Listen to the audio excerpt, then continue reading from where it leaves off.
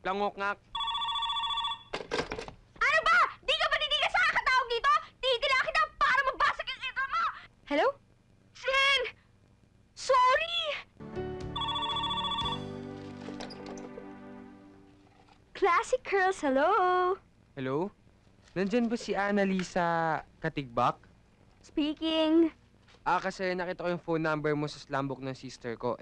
Baka pwedeng makapag-phone pal. Plangongak, di pwede.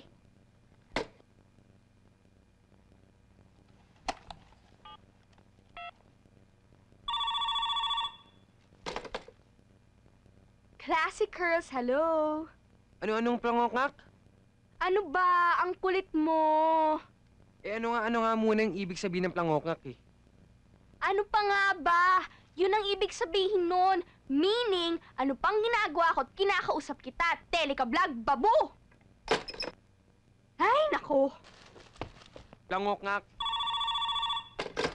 Ano ba? Di ka ba nitigas sa kakatawag dito? Titila kita para mabasag yung intro mo! Hello? Sin! Sorry! Lisa, ang aga-aga may kaaway ka na. Paano naman kasi, no? Ang dami-daming mga manluloko dito. Dapat siguro mag-imbento na ng teleponong pwedeng lumusot ang kamay para mapatay kung tumatawag dito. Ay naku, wag ka na kasi paapekto eh. Anyway, ayun si ate nanganak na, and the bad news is, it's a boy. Ayun, iyak siya ng iyak kasi hanggang ngayon, di pa rin nagpapakita yung boyfriend niya. Ay naku, yung mga lalaki talaga pare-pareho. Teka lang, may call waiting. Hello? Hello? Jenny? Oh! Tuloy ba lakad natin mamaya? Oo. Ay, Lisa. Alam mo, ang laki-laki ng problema ko as in sobra. Ano? Eh kasi hindi ko alam kung ano susutin ko eh. Ano ba? Ano bang dress code natin, ha? Magsislides pa tayo. Anong kulay bang gagamitin natin? Kasi alam mo, hindi ko alam kung iteterno kung wig, kung pula, kung blue. Any suggestions? Hello? Hello? Lisa? Jenny? Hello? Wala na ba ako kausap? Hello? Drifting away, like the shadows of a lonely night. Where else could I find the love that used to hold me tight? Ang ganda, no? Ano kaya kung i-publish natin to? I hate poetry. Oh? Ako? I love poetry! Really? Okay lang yun. Kahit I hate poetry, I still like you. Vanessa talaga, alam mo ikaw, ang galing mo talaga magbiro. Bakit? Sino ba nagsabi sa'yo nagbibiro ako?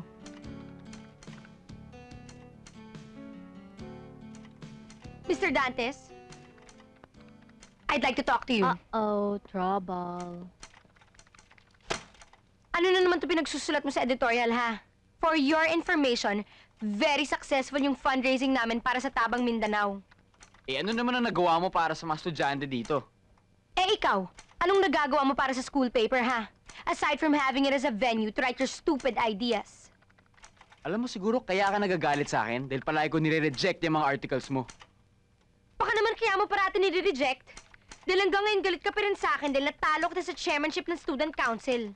Pwede ba, Jenny? Umalis ka na nga. Editorial office to, hindi mo to teritoryo. Correction! Ako ang student chairman. Kaya kahit editorial office, pwede kong puntahan. Tandaan nyo yan. Ba't ba ganun yung babaeng yan? Lalaki ka kasi, kaya ka inaaway. Oy! Sandali nga. Oh! Diyos ko! Naku! Kanina pa tayo dito. Pagod na ako. Wala akong makitang gwapo. Tingin ako ng tingin sa paligid. Wala. Siguro na pagkakamalan na akong matrona. At anak kita, dalagang anak kita. Naku! Maghiwalay muna tayo. Utang ng loob. Please. Sige na, lumarga ka na. Ay, talaga? Huwag kang lalayo, ha? Babalikan kita mamaya, ha? Galingan mo, ha? Bilisan mo, ha? Ha? Hoy! Balik ka kagad! Oo! Aray!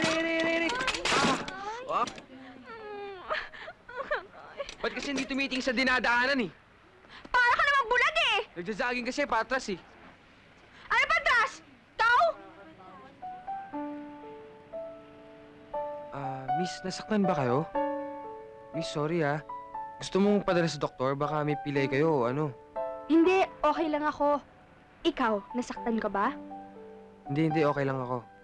Yung bisikleta mo baka napilayan. Hindi, wala yan. So, ayaw mong padala sa doktor? Okay lang ako. Thank you. Sigurado kayo? Ah,